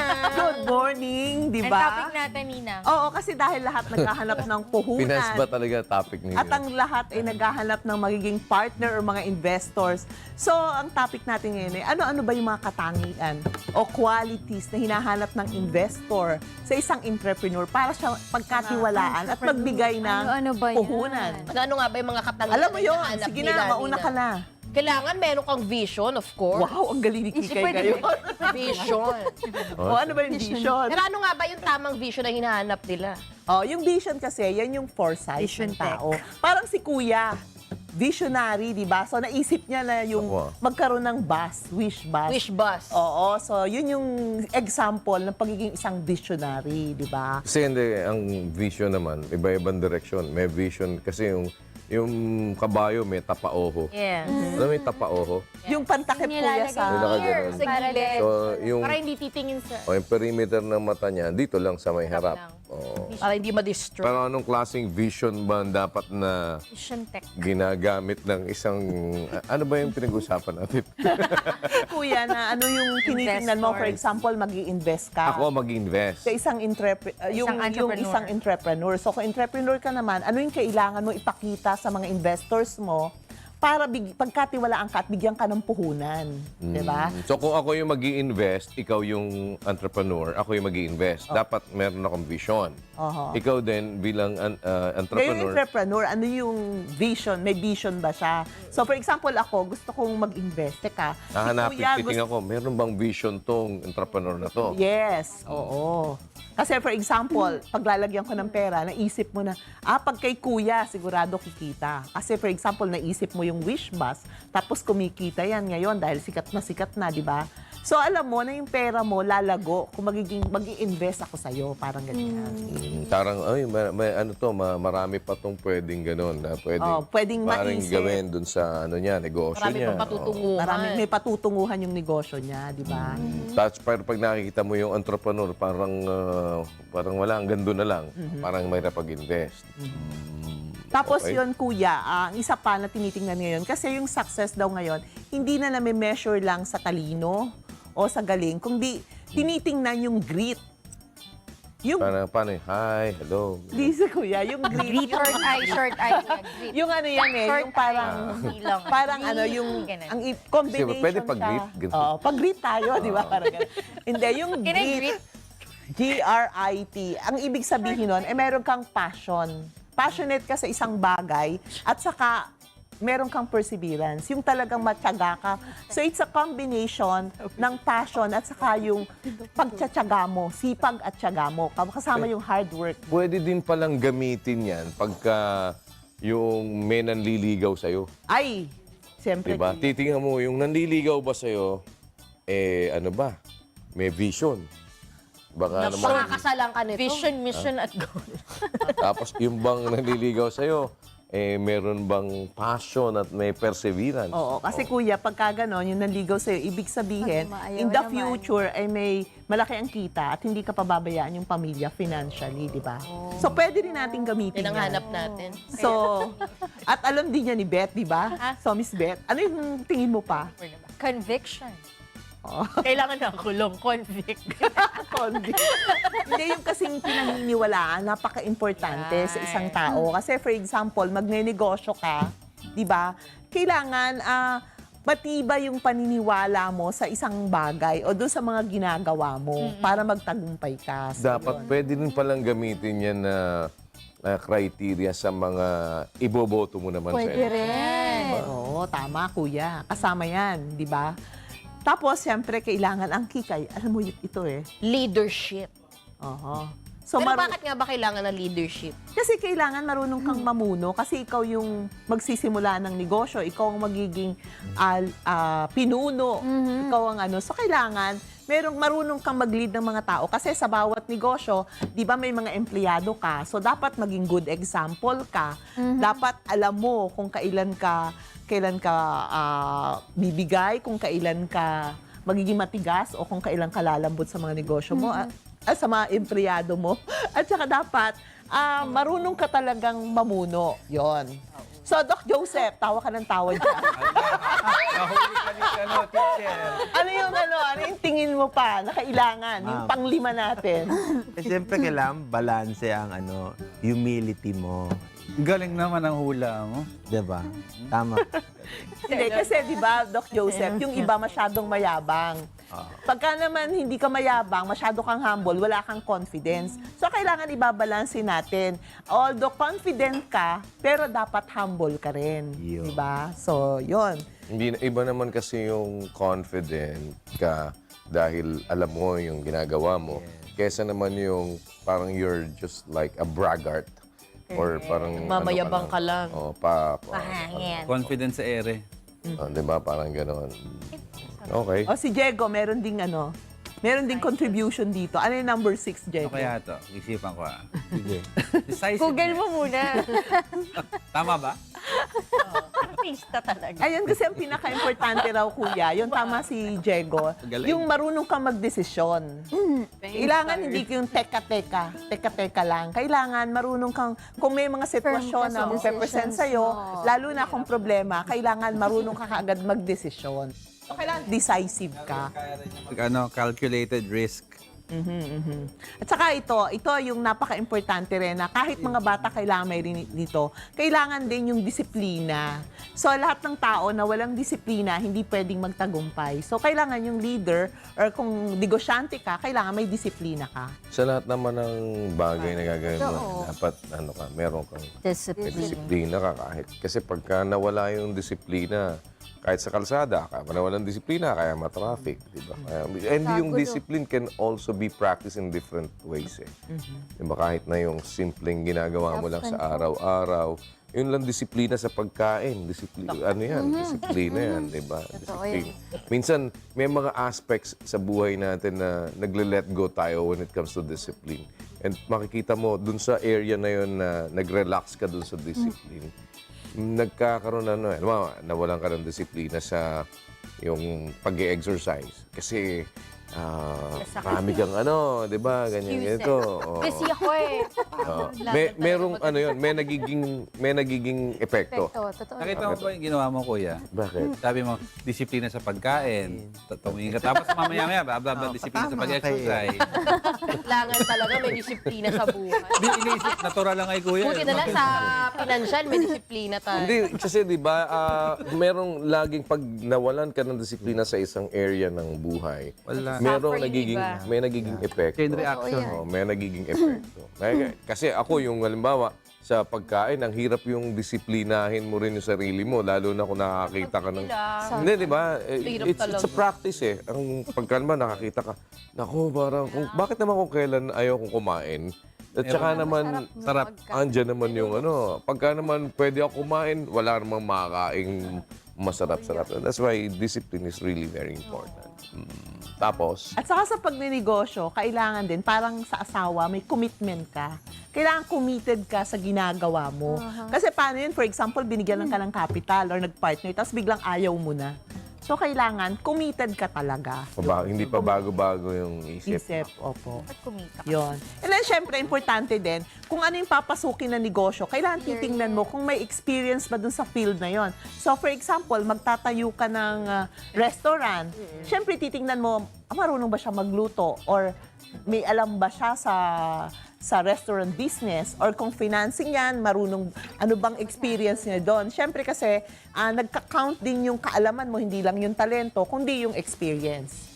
At ang pinaka-importante sa lahat, yung pang-10 natin ay Integrity. Oo, sa lahat ng bagay, sa lahat ng ginagawa natin, kahit empleyado, lalo na kung magnenegosyo ka at pagkakatiwalaan ka, kailangan yung integridad natin.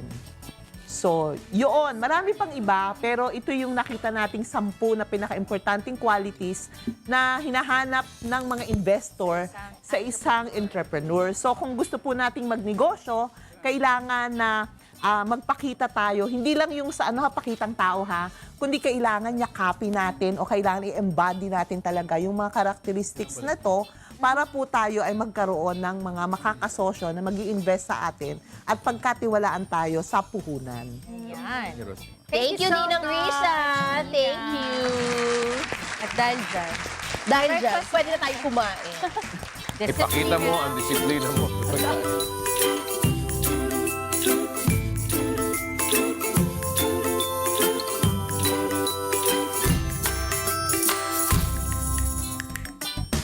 Halika dito. Good morning! Good morning, good Chef! morning. Jay, intro mo naman sa Chinese ang what's your breakfast. Ano ba ang what's for breakfast in Chinese? 饭早饭是什么？ May chow fan talaga. Masama daw ang chow fan. Tsaka lang. Chow fan si sama. 早饭 is morning food. Chow-fan. Breakfast pala yun. 早饭。Yung isa naman, chow fan. Chow-fan. Yung pagkain talaga. Iba din yung daspan. Daspan. Pwede rin, no? Sounds like. Pero dito, Diego, hindi tayo Chinese ngayon, tsaka Soc Joseph. Kasama natin kasi si Chef Reggie Amado. Good morning, Morning. Chef. Good morning. At ang breakfast natin ngayon mukhang masarap. Chicken salpikaw. Naku, masarap ito. Favorite Pagkabango-bango kanina doon, ang niluluto ni Chef. Amoy na amoy natin. Oo. Ano ba mga kailangan nating mga ingredients dito sa chicken salpikaw? Yes, yung mga ingredients po natin, chicken fillet, special sauce, garlic, red bell pepper, flour, butter, mushroom, and paprika po. Yun yung mga kailangan natin. Tapos, paano ba gawin itong chicken salpikaw? Ano ba yung unang gagawin natin, Chef? First po, yung butter, lalagay po natin hanggang mag-melt. And then, lagay po natin yung chicken fillet. I-mix lang, no? Mix po natin until... Din. At ang ginamit mo dito, Chef, chicken breast. Chicken breast. Chicken Apa. breast. Then, lagay po natin yung special sauce. Special Para sauce. ma-marinate na po siya. And then, lagyan natin ng konting Spanish paprika. Wow. Para may kick. Yes po. Para Spanish. Oo. And then, yung minced garlic po. And then, lagyan ulit natin ng special sauce.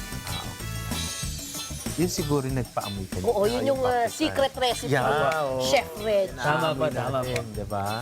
Lagyan po natin ng konting flour kanina at saka ng water para medyo magkaroon po siya ng medyo saucy po siya. And then, ngayon po nilagyan natin ng mushroom. Shiitake mushroom po. My favorite. Ang mushroom talaga, essential ito sa paggawa ng salpikaw. Not necessary. Pero you added Pero maganda here. kasi yung flavor ng mushroom. May Totoo. earthy. Apa, medyo po may, Parang may texture din po siya binibigay. It mix good the flavor with the chicken. Na-enhance niya pala. And then, ayan na po, naglagay po tayo ng garlic toast tsaka ng red bell for garnish po. Sarap. Chicken salpikaw ni Chef Reggie. Galing, siyempre, pag gusto mo ng recipe ni Chef, saan ka naman makukontak? Meron po kaming cafe po dito po sa Cafe Amado. Cafe Amado. Located at 1681 Quezon Ab, Quezon City. You can follow us and like our page on Facebook, Cafe Amado by Chef Raj, and on IG. Sa Triumph Square to. Oh, Triumph Square po. Sa Cafe Amado ba, ano yung mga iba pang food na ino-offer nyo doon? May pasta po, salad. Favorite May pasta. May mga rice meal din po kami. Yan. And of course, yung kanyang chicken. Actually, meron po kami famous na yung mushroom sisig po Yun yung namin. bestseller nyo. Apo, bestseller po namin. Ayos yun Mushroom sisig. Saan ka pa? Apa. Sa Cafe Amado lang. May mga gusto ka bang batiin, Chef Reggie? Binabati ko po yung Mondragon family. At saka yung mga staff ko po sila Kenneth, si Oliver, si Dennis, si Angel, si Lance, si Ate Joanne. Yan po. Thank you, Chef Reggie. First time nyo dito, di ba? First time nyo? Second time po. Second time. Welcome back. Welcome back. Pantagal lang kasi hindi nakabalik ni Chef Reggie. Oo, maraming salamat. Thank you po. Kain na tayo ng chicken salpicao. Thank you, Chef. Thank you po. Thank you. Sasalubong. Let's eat. O sino ba sa inyong nag-eyeglasses? Ako meron pero hindi ko sinusuot. Talaga. Kasi marami na ngayon, di ba, yung mga sinasabi nila noon kapag ikaw ay nag-eyeglasses, nerd ka daw, di ba? Ngayon kahit hindi malabo yung Ngayon, fashionable ka. Oo, fashionable, stylish yung mga eyeglasses natin. Pero alam nyo ba, meron na silang bagong inilabas ngayon na smart eyeglasses. At yan ang ating Techie Muna.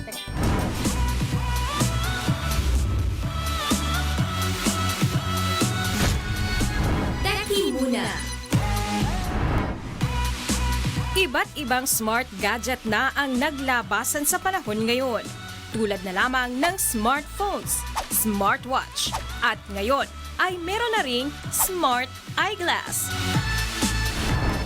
Idinisenyo for everyday use. Pwedeng-pwedeng prescription glasses, sunglasses, o plano. Yan ang stylish, trendy, at water-resistant na View Smart Glasses. Meron itong two main components, ang fitness at audio. Sa mga fitness conscious, pwede nyo itong gamitin for basic step tracking, calorie counting, at distance measuring. Pwede rin gamitin ito sa pakikinig ng music, pero hindi tulad ng karaniwang music players na kailangan ng earphones. Dahil sa View Smart Glasses, sa frames mismo ng salamin, lumalabas ang tunog. At sa pamamagitan yan ng paggamit ng bone conduction audio technology. Maaari rin itong gamitin for phone calls. At kung may gusto kang itanong sa iyong smart assistant, ang touch panels para rito ay nakalagay sa gilid lang ng salamin. Pwede rin itong gamitin for navigation, kaya hindi mo na kakailanganin pang tumingin sa iyong cellphone.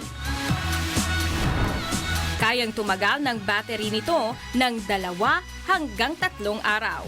Habang 2 oras naman ang wireless charging time nito.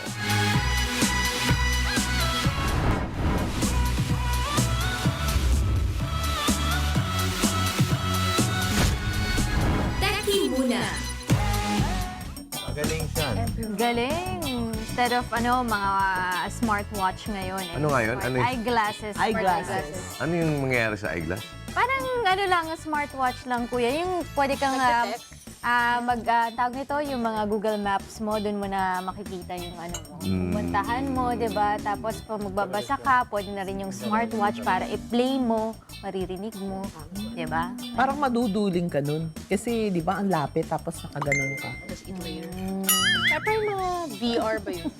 Oo. Uy, may alam ako sa tanong ni Kuya. Ting. Pwede din daw makinig ng music. Oo. Oh, ikaw. Ay, ako ba? Kumain Ikaw ka. na. Oy, pinahanga. Maya-maya. Si Angel muna. Ako din pala. Saan yung mga Digosenyos naman ang dinayo ng pambansang Wish Bus kung saan nabigyan po ng pagkakataon makapagtanghal sa iconic bus ang mga talento ng local artist ng Digo City. Alamin po natin mula kay Janice Inhente. Mula sa sa Davao City. Bumiyahe naman patungong Digo City ang Wish Bus para bigyan ng pagkakataon ng ilang undiscovered gems na mga Digosenyos na ipakita ang kanilang angking galing sa musika. Overwhelmed ang mga Digosenyos sa pagkakataon na ibinigay sa kanila para ipakita ang kanilang angking galing sa pagkanta sa loob ng one-of-a-kind FM radio booth on wheels. Wala na lang untak na nagpaila, ikasapuan. Wala na lang untak na nagpatulog, nagpakatawa. Sobrang kaba po at sobrang overwhelming dahil dati po is pinangarap ko lang po itong makakanta talaga dito sa Wish Bus. Tapos po ngayon ay hindi ko inaasahan na nagkakatotoo po. Isa sa mga pangarap ko na makakanta sa loob ng iconic bus, which is kinakantahan po talaga ng mga idols ko rin po. At saka yung mga hindi lang national artists, kundi international artists kagaya nila Dua Lipa. So it was an honor po talaga. Kanya-kanyang diskarte rin ang mga Digosenyos. Makakuha lamang ng litrato sa iconic Wish Bus na first time nitong nakitang personal. Ay it's a great opportunity, mostly ang ato sa mga Digosenyos no nga nakatry sila og kanang malaag sa wish diri akay. Kanang dili ko na to na gina-expect nga ano pa good na siya kanang sa layo kay siya from the Manila. So, niadto siya diri sa Digos para matagan ang opportunity ang mga Digosenyos nga makakita sa usa ka nindot kung unsa jud kanindot ang Wish FM. Tuloy-tuloy pa rin ang Wish Tour ng Wish 1075 Bus sa ilan pang lugar sa Mindanao para magbigay ng natatanging world-class musical experience sa mga kababayan nating Mindanaon. Isang supreme concert ni KZ Tandingan naman ang handog ng Wish 1075 para sa mga kababayan nating Dabawenyo sa SMX Convention sa SM Lanang Premier mamayang alas 7 ng gabi.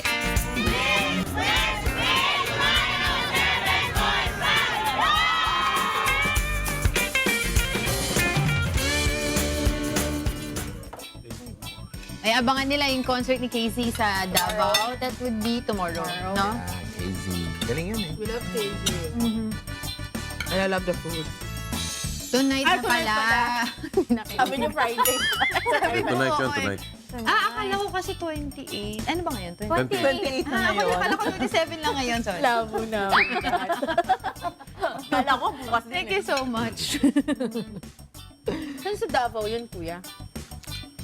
Tanong mo kayo, no? Saan nga ba sa Davao? SMX. SMX. Lanang. Lanang. SMX, Lanang. Dalawang SM dyan. Ito ka naman. Habang tito. Babatiin ko muna ng happy birthday si Mrs. Grace Valdez. Happy 64th birthday mula yan sa inyong mga anak na sina Harry, Eric, Boggs, Sheng at JC. Tingnan daw yung mga suti daw niya, mga nakakalimot na ha. Bayad na kayo Si that girl din nakikinig sa atin. Si Aqua, si Liam, si William, Sally, Ragra, good morning. At happy Sabbath day din kay Sis Christina Regalado ng Ho Chi Minh City, Vietnam. Vietnam. To my mother, happy viewing. And Daddy. And Tita June. Doc Joseph, ikaw. To my staff and everybody. Regards. To my fans. Team Bato. Kung meron. Team Bato. Team Bato na ano ha, Urology Center. Oo. Tsaka Doc Joseph, get well soon. Oo. Doc Joseph, paano daw hindi ma-dehydrate? Ang init na eh. Ay, ito, ayan, Tubig. Tubig. Sabi, ayoko ng tubig. Hindi ako makainom. Pwede ba juice na lang? Ay. Iba ang juice. Iba ang Sugar. tubig. Mga ilang glasses na ba yung recommended a day ngayon ng More than 8. pag-inom ng 8 to tubig? 10. Pag naubos mo na yung glasses. 1.5 to 2 liters. Dahil dyan, I would like to propose a toast To water. to hydration. To hydration. Kahit yung nagko-coffee, kahit na may tubig yung coffee, hindi kino-consider yun na part ng di ba? Correct, kuya. Tsaka nakakapagpaano pa yun, di ba? Nakakapagpalabas pa ng tubig sa katawan. Diuretic. Diuretic, pati iced tea.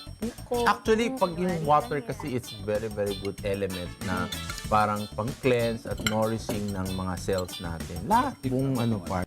Saka best talaga to hydrate yung water. Yes, especially if the temperature is very high, like warm, di ba? Like, so, inom lang ng tubig. Kasi may iba kasi, kuya, parang inom ako ng inom, ihi naman ako ng, sorry Tamad, no? Oo. Ayun naman yung cleansing Okay lang yun. Kasi that's it's part of cleansing. Mahirap yung ihi ka na ihi na wala kayo ininom. Yun. Oo, mahirap Yung mga yun. sports drink daw, dami sugar yan. I know. Dami sugar. Not good. Nakaka-contribute ba talaga Pero sa ano, energy yun? Mas pwede yung mga fruits na watery like watermelon. Singkamas. At talong. Yes, ayun lagi ang kinakain ko eh. Bataw. Kasi walang sugar. Have you seen a bataw? What is a bataw? What is a bataw? It's a vegetable. Eh, hindi matanda yun. Bataw ba yung bataw ba? Okay. Wow! Nakakatawa ka. Hindi ako sanay Ikaw ang tumatawa. Hindi ako sanay na wala kang joke ngayon. Wala. Ayaw ka na mag-golf? Welcome to my, barangay. Mamaya niyo na. Mamaya niyo kwento. May papasalamatan ka pa. Oo nga pala, maraming salamat kay Dr. Regina Chinky Garcia for my skincare. Unveil yourself for the latest from Unveil Manila. You may visit them at 86 Esteban Abada Street, Loyola Heights, Quezon City, or you may call them at 0926-616-3877. At good morning na rin kay Attorney Dot Gancayco. Nanonood siya ngayon. Ay, good morning, Attorney Hi, Dot. attorney. And of course, Good morning. gusto natin pasalamatan ng EFS Apparel para sa ating mga kasuotan today. And you may check their social media accounts. Ang FB po nila ay EFS Apparel at ang Instagram and Twitter ay EFS_apparel. Pati si Einstein ni Kuya naka-EFS. No. Thank you, EFS! Hi, Mariel, Tito Beth. Thank you, EFS. Sa daddy ni Kuya. Ayan, pa naman yung... Eddie. Si Daddy Dan, tsaka si Mami Beth. Si Eddie. Eddie ako. Di ba Mother kasi Earth, isang good araw? Si Edu. Eddie, wow. Guwapo ni Eddie. Eddie, wow. Oh.